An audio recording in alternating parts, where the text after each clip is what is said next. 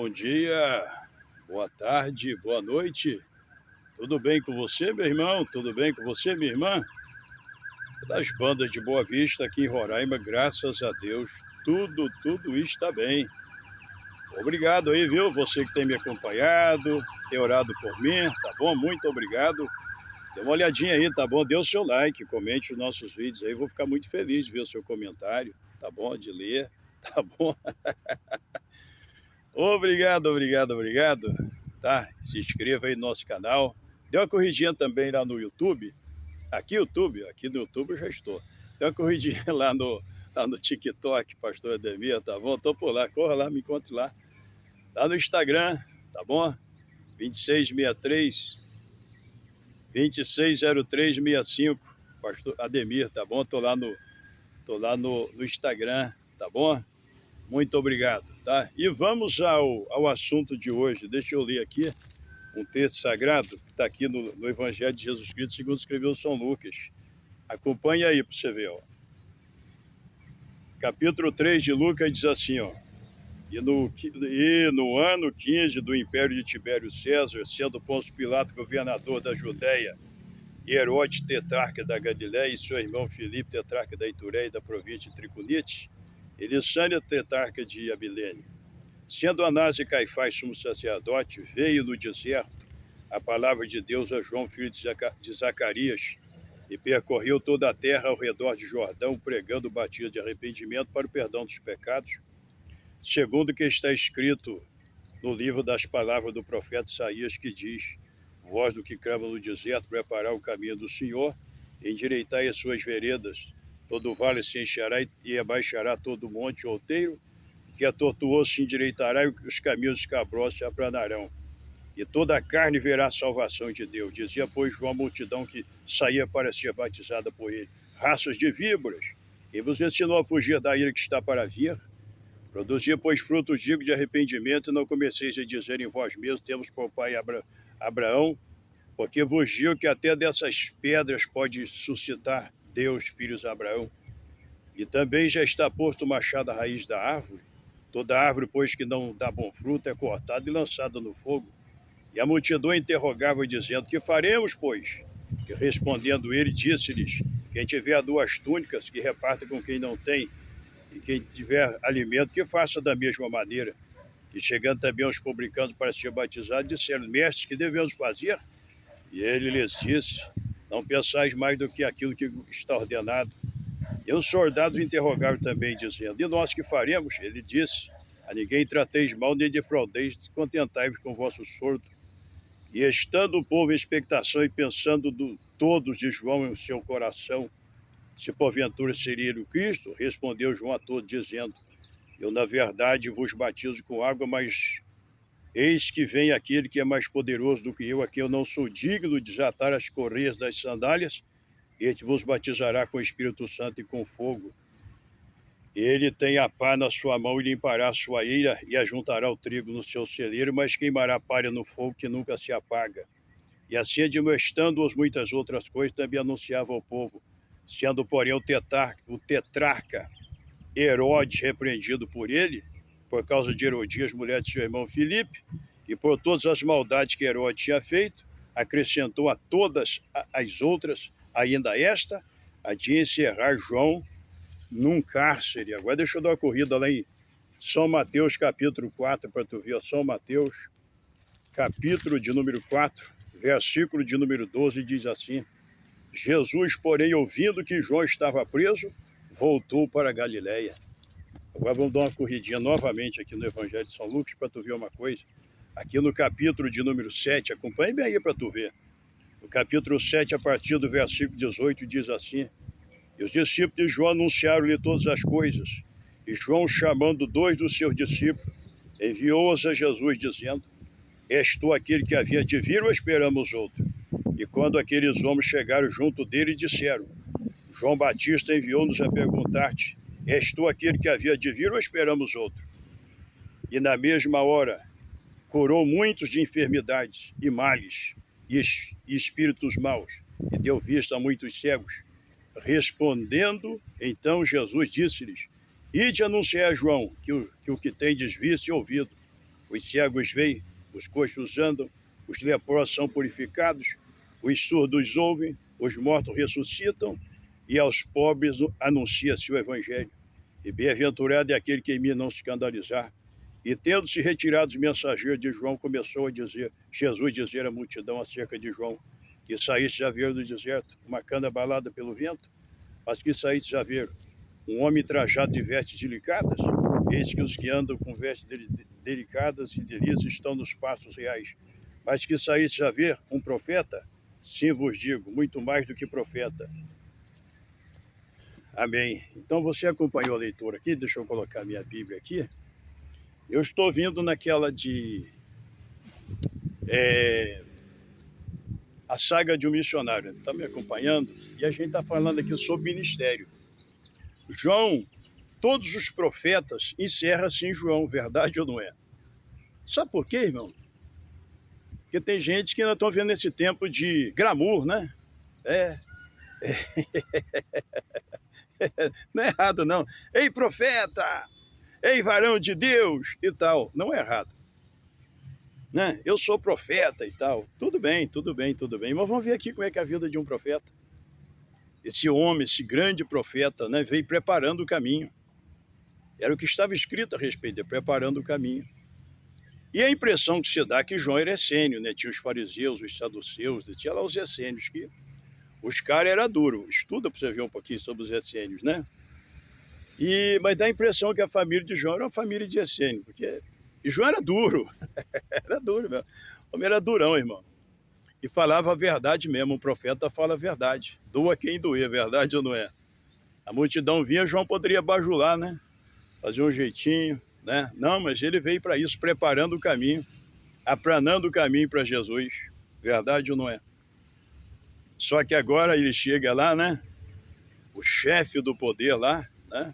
Enquanto está falando com o povo, está tudo bem, mas quando ele fala a verdade para o rei Herodes, agora ele é conduzido à prisão. Engraçado que João vai preso, Jesus foi para outra parte, irmão. Foi para outro lugar. Tu tá me entendendo? E só que o ministério de Jesus está crescendo, né? Crescendo e João lá preso. Eu já falei isso em outros vídeos. E Jesus nem lá foi. Nem apareceu lá. E quando Jesus não aparece, eu falei do Elias depressivo no vídeo passado, não falei? Parece que aquele homem duro, falava a verdade, profeta. Agora, meu irmão, ele está profundamente frustrado com ele, né? Não é com Jesus que ele está frustrado, não. Ele está duvidando dele. Será se aquilo que eu falei era verdade? Será se realmente Deus me usou? Será se realmente eu sou aquilo que Deus falou para o meu pai que eu seria? Será se realmente eu sou aquilo que Deus falou para minha mãe que eu seria? Será se realmente aquilo que eu preguei ao povo é verdade? A multidão vinha e agora eu estou numa solidão danada aqui, estou preso, falei verdade. E o meu primo, né? E Jesus nem aqui veio. E agora o ministério dele está crescendo, mas foi exatamente isso que João pregou. Exatamente isso que João pregou. Porque João disse, olha, vocês produzem um fruto digno de arrependimento, falando da multidão, porque o machado está posto à raiz da árvore. E a partir de agora, toda árvore que não produziu bom fruto será cortada e jogada no fogo. Mas você é o Cristo? Não, eu não sou o Cristo. Eu sou aquilo que está escrito de mim. Eu sou a voz que clama no deserto, preparar o caminho do Senhor. Eu vos batizo com água para arrependimento. Depois de mim vem um, falando de Jesus, né? Que eu não sou digno de abaixando me levar as suas sandálias. Ele vos batizará com o Espírito Santo e com fogo. E outra coisa, ele tem na mão a pá e limpará a sua ira. Vai queimar a palha no fogo e vai recolher o trigo no celeiro. Que pregação linda, né, irmão? Que pregação linda. Só vamos ficar com a palavra, irmão. Vamos ficar com a palavra. Você viu o ministério de Jesus, o final do ministério de Jesus? Como foi a rejeição? Aí depois você pega Atos dos Apóstolos até o capítulo número 5 para tu ver. A pregação de Pedro, a conversão, depois a cura do coxo, mas teve várias reuniões das autoridades lá, 3, e na última eles apanharam para valer. Apanharam, nós já mandamos que vocês não preguem mais nesse nome, vocês encheram Jerusalém dessa doutrina, e eu até falei lá, né, se não fosse a intervenção de Gamaliel, irmão, os caras morriam. E o meu problema, o seu problema, é que quando as coisas estão tudo bem, meu irmão, a gente glorifica a Deus, né? A gente glorifica a Deus e tal. Principalmente nós das Assembleias de Deus, nós vivemos um tempo bom, mas era um radicalismo pesado, era ou não era? Eu vi daqueles pastores que era durão, eu conhecia muitos, irmão, e terminaram chorando. E porque imaginavam que a vida de um pregador, de um homem que Deus chamou, tinha que ser diferente. João Batista era o representante de todos os profetas, ali os profetas adoraram até João. Aí você chega no Novo Testamento, quem é que representa a igreja? O apóstolo gentil é Paulo. Aí você tem que ver não como Paulo começa, mas como Paulo termina. Termina numa masmorra, doente, lá em Roma, preso por quê? Preso por causa do Evangelho. Preso por causa do Evangelho. O que ele disse lá falando para Timóteo? Ele disse assim, ó, todos da Ásia me abandonaram. Você viu na despedida, quando ele despede dos anciãos, lá em Mileto, dos anciãos de Éfeso? Todo mundo jogou no pescoço dele e começou a beijar ele, irmão. E quando vê a perseguição pesada, todo mundo caiu fora. Demas, que era missionário, caiu fora. Né? Tito também limpou o caminho e caiu fora. E o que ele disse? Só Lucas está comigo. Você está entendendo? Então, você, pastor, se você imaginar que está sofrendo, que está abandonado, veja a vida do representante dos obreiros do Novo Testamento, que é Paulo. E veja a vida do representante dos profetas, que é João Batista. Até Jesus perguntou quando os emissários de João saiu, o que se foi ver no deserto? Se só vê um homem com vestes resplandecentes, vestes ricas, eles estão nos passos reais. Hoje tem verdadeiro pastor que está em palácio real, irmão. Não tem nada a ver com o evangelho. São verdadeiros reis que têm tudo, toda a mordomia, entendeu? Tem tudo e mais um pouco. São verdadeiros imperadores da igreja. Aí Jesus perguntou, você é para ver a cana agitada pelo vento? Tem gente que é agitado, o camarada é ovacionado e tal, aquela cana agitada mesmo. Tu já viu como é que é? E balança, e faz, e acontece, está todo cheio de movimento. E Jesus também perguntou, não, João não era isso não. Aí Jesus disse assim, você saiu para ver um profeta? Aí Jesus disse assim, muito mais do que profeta. Homem nascido de mulher, dos nascidos de mulher, não houve profeta maior do que João Batista. Até Abraão era profeta, tu viu lá? Quando Deus fala com o rei de Ameleque, né? Abimeleque, olha, ele vai orar por você porque ele é profeta. Abraão era profeta, entendeu? Mas Jesus disse que o maior dos profetas era João Batista. E você viu como João Batista terminou o seu ministério. Entendeu? Não espera aplauso não, pastor. Não espera aplauso não. É claro que vai vir reconhecimento, que a multidão vinha ter com João. A multidão veio ter com Pedro, veio ter com João. Vem a multidão, vem. Entendeu? Mas quando a multidão vem, as autoridades também vêm com perseguição. Isso é normal. Isso é normal na vida de uma igreja. Você lembra quando os discípulos levaram aquela surra lá em Atos capítulo de número 5? 5 ou 4, acho que é 5, né? Levaram uma surra. E o Gamaliel faz a intervenção, mas ele leva uma surra. E aí o que está escrito lá? Eles saíram da presença das autoridades, regozijando-se por acharem dignos de sofrer afronta pelo nome de Jesus. Entendeu? E aí contaram para os irmãos lá, e aí a igreja começou toda a orar. E o que está escrito lá? Tendo eles orado, tremeu ou moveu-se o lugar onde estavam reunidos, e todos foram cheios do Espírito Santo e anunciavam com ousadia a palavra de Deus. Tu está me entendendo, meu irmão? Então, você tem a convicção de que Deus chamou você? Você está convicto do seu chamado? Está convicto, não está com dúvida, não? A dúvida vem. Um estado depressivo, agora é João que está depressivo aqui. Está depressivo e a dúvida bateu no coração dele. Ele não está duvidando de Deus, está duvidando dele. Vai lá e pergunte a ele.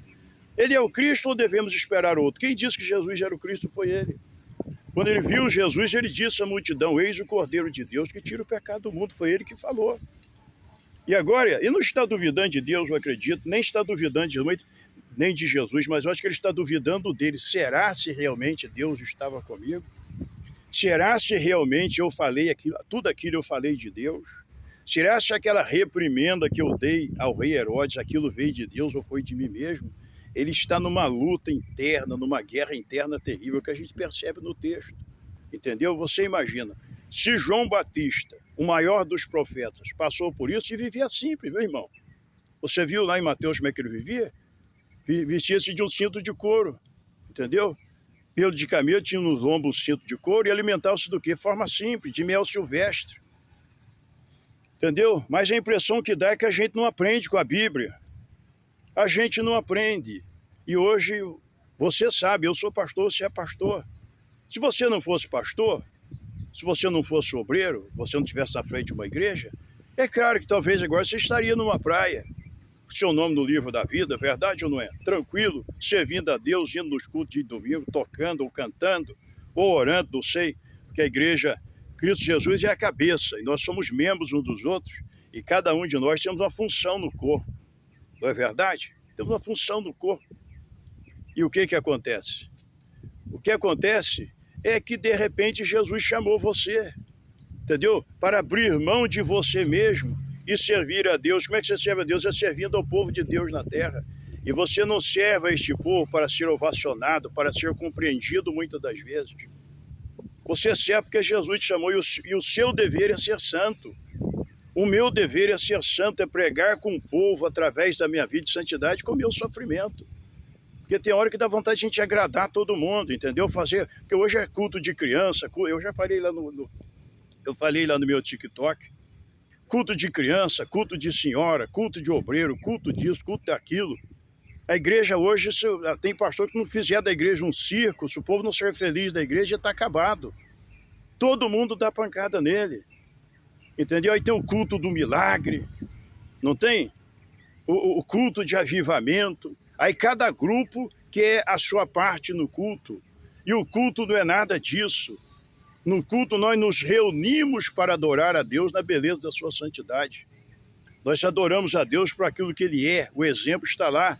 Quando o rei Uzias morreu, o que o Isaías viu? Apegado ao rei, agora o rei morre. Aí ele diz assim, no ano em que morreu o rei Uzias, eu vi o Senhor assentado sobre um alto e sublime trono. E a glória do Senhor enchia o templo. E estava lá os querubins, e a querubim falava, santo, santo, santo é o Senhor, né? Santo é o Senhor dos exércitos. Toda a terra está cheia da sua glória, entendeu? Então toda a glória é Cristo Jesus. Nós louvamos a Deus porque Ele enviou Jesus, a expressão do amor de Deus à humanidade é Cristo Jesus. Então nós nos reunimos, você viu lá quando Pedro, a primeira pregação, Pedro prega a palavra, quase 3.000 almas se convertem, perseveraram na doutrina dos apóstolos, depois subiam junto à oração, a cura do coxo, entendeu? Aqui deu um problemão sério, o número dos apóstolos chegou a quase 5.000 aí, veio perseguição, mas tudo acontecia, a palavra estava em primeiro lugar, palavra e oração, caminham juntos, entende?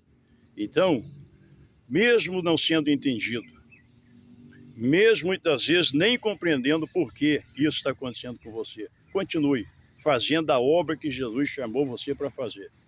E aí você veja o final de João, veja como o final de Jesus e veja o final do apóstolo Paulo. Tu está entendendo? Porque senão a gente vai querer entrar num quarto e ficar também depressivo.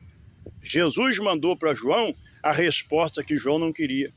Porque Jesus operou milagres ali, milagres, diante dos emissários de João, mas não mandou para João a resposta que João queria. Ele só disse assim, vai lá e diga a João, cegos veem, surdos ouvem, mudos falam, leprosos são purificados, mortos são ressurretos e aos pobres anunciado o reino de Deus. Aos pobres, viu? E diga a João que bem-aventurado é aquele que em mim não se escandaliza. Sai desse quarto, pastor, sai dessa vida, vá pregar, cumpra bem o seu ministério. Tu está entendendo? Foi as últimas palavras de Paulo para Timóteo, foi essa. Timóteo, cumpra bem o seu ministério. Faz essa obra de um evangelista, Timóteo.